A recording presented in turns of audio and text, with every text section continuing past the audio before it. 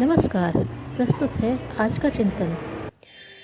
यस्मान्नो द्विजते लोको लोकान्नो द्विजते च यः ईर्ष्यामर्षभयोद्वेगैर्मुक्तो यः स च मे प्रियः।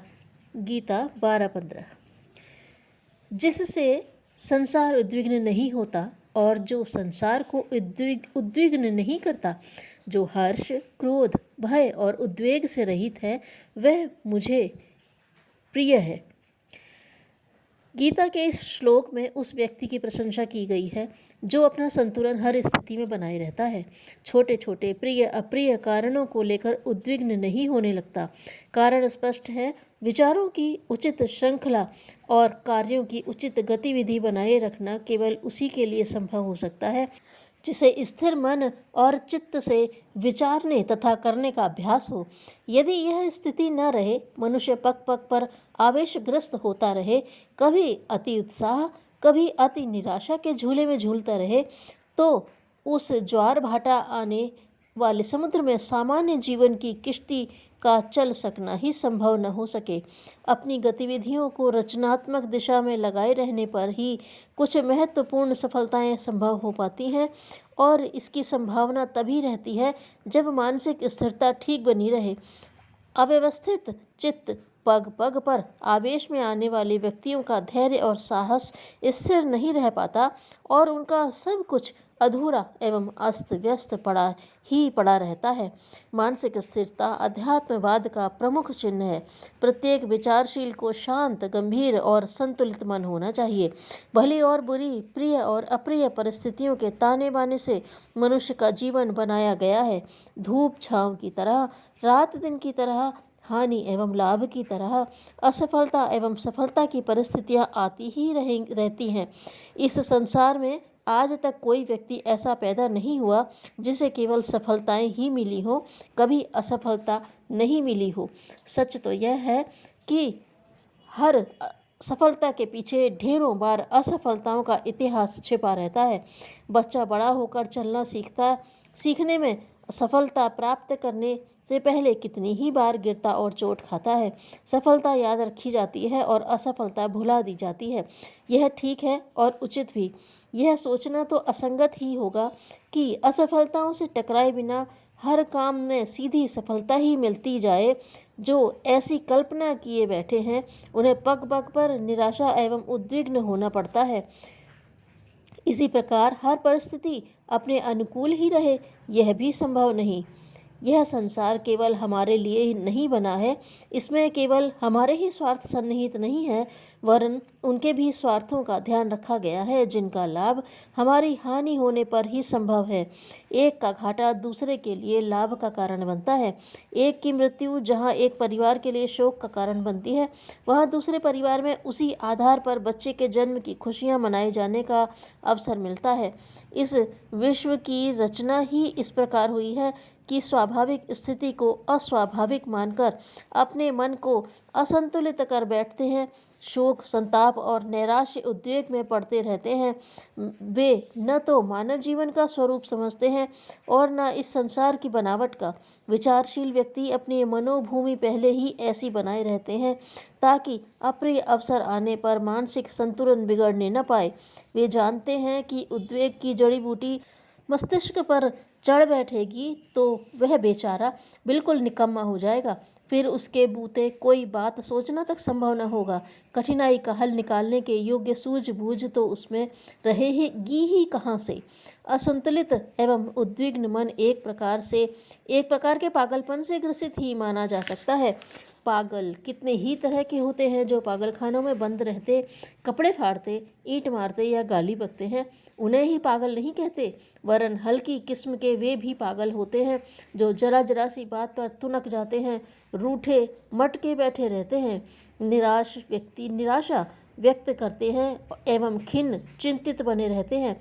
यह एक प्रकार का मानसिक रोग है जिसके कारण प्रस्तुत समस्याएं सुलझने की अपेक्षा और अधिक उलझती चली जाती हैं। द्वेग से ग्रस्त अधपगला आदमी उल्टी ही बात सोच सकता है। उसके मन में विघटनात्मक विनाशात्मक विचार ही आ सकते हैं। मरने मारने की, भागने छोड़ने फोड़ने की बात ही वह सोच सकता है। यह सोचना जितना कार्य रूप में परिणत होने लगता है, उतनी ही बड़ी विभीषिकाएं भी सामने आकर खड़ी हो जाती हैं। यह आवश्यक नहीं कि अपने संपर्क में आने वाले सभी व्यक्ति सज्जन या विचारशील ही हों। उनमें से कई ओछे और अविवेकी भी हो सकते हैं। उनसे उन्हीं के ढंग का व्यवहार करना पड़ता है। अपने कुटुंब के भी कई सदस्य ऐसे हो सकते हैं जो अपनी दृष्टि में कई दुर्गुणों से ग्रसित हों। उनका सिर तो नहीं काटा जा सकता और न कोई जादू ही किसी के पास है कि वे अपनी स्वतंत्र प्रकृति को तुर्त फुर्त छोड़कर आपके आज्ञानुवर्ती बन जाएं। इस दिशा में प्रयत्न जारी रखे जा सकते हैं, पर कितनी सफलता कितने समय में मिलेगी, इसका कुछ भी निश्चय नहीं। ऐसी दशा में यही उचित हो सकता है कि मध्य मार्गी नीति अपनाकर परिस्थितियों के सुधरने तक धैर्य रखा जाए और जो कुछ है उसी का किसी प्रकार तालमेल बिठाते हुए आगे बढ़ा जाए। बुद्धिमानी का तरीका यही है, पर जो आवेशग्रस्त होते हैं वे तत्काल इधर उधर की बात सोचते हैं और उनकी इस उतावली का परिणाम परिस्थितियों में और भी अधिक बिगाड़ उत्पन्न कर देता है।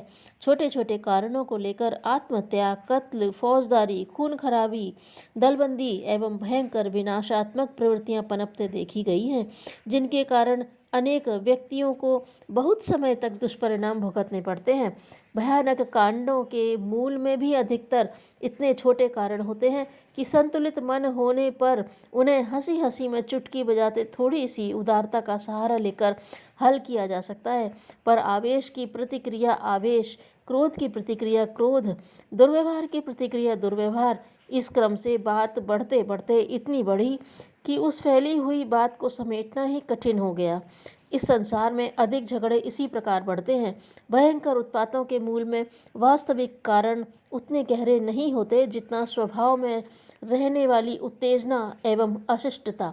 यही दुष्प्रवृत्तियाँ संसार में अगणित विभीषिकाएं उत्पन्न करने का कारण बनी हुई हैं। रुचि भिन्नता एवं विचार शैली की छोटी मोटी भिन्नताओं को लेकर लोग परस्पर सिर फोड़ते हैं।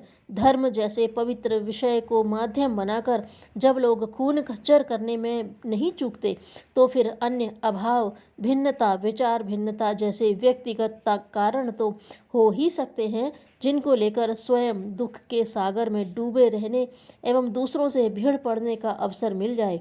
गीता ने इन अवांछनीय स्थिति को मानव जीवन में से बहिष्कृत करने का निर्देश किया है और सुझाया है कि प्रत्येक विचारशील व्यक्ति को मानसिक संतुलन बनाए रहने का अभ्यासी होना चाहिए।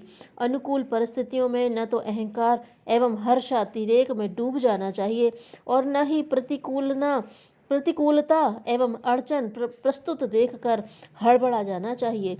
दोनों ही स्थितियों में अपनी गंभीरता बनाए रहनी चाहिए और संसार के स्वरूप एवं प्रवाह को समझते हुए धैर्यपूर्वक सब कुछ सुनना समझना चाहिए। इसका यह अर्थ कदापि नहीं कि बिगड़ी परिस्थितियों को सुधारा न जाए और हाथ पर हाथ रखकर बैठे रहा जाए। ऐसी अकर्मण्यता अपनाने से तो और भी अधिक नाश होगा। जहाँ आवेश बुरा है वहाँ आलस्य भी कम बुरा नहीं है। एक को गर्म आग तो दूसरी को ठंडी बर्फ कहा जा सकता है। दोनों की अति समान रूप से घातक सिद्ध हो सकती है। अस्तु विपन्नताओं को हटाने के लिए उद्योग तो पूरी शक्ति एवं सामर्थ्य के साथ करना ही चाहिए, पर साथ ही यह स्मरण रखना चाहिए कि कठिनाइयों का सही हल खोजने लायक सूझबूझ केवल उसी मस्तिष्क में उत्पन्न होती है जो उद्विग्न एवं असंतुलित न हो रहा हो। यह हमारे ही हित में है कि प्रत्येक परिस्थिति में अपना संतुलन सुदृढ़ बनाए रहें।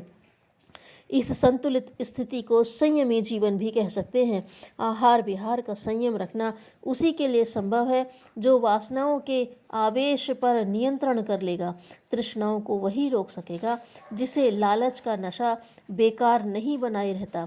इंद्रिय भोगों एवं मानसिक लिप्साओं के आवेशों एवं उफानों को जो रोक सकता है, वह संयमी व्यक्ति अपनी प्रगति का पथ निरंतर प्रशस्त ही करता रहेगा। मन को निरुद्देश्य फिरते रहने की छूट न दें, उससे पतन पराभव का पथ प्रशस्त होता है। दूसरों की निंदा और त्रुटियां सुनने में अपना समय नष्ट न करें। धन्यवाद।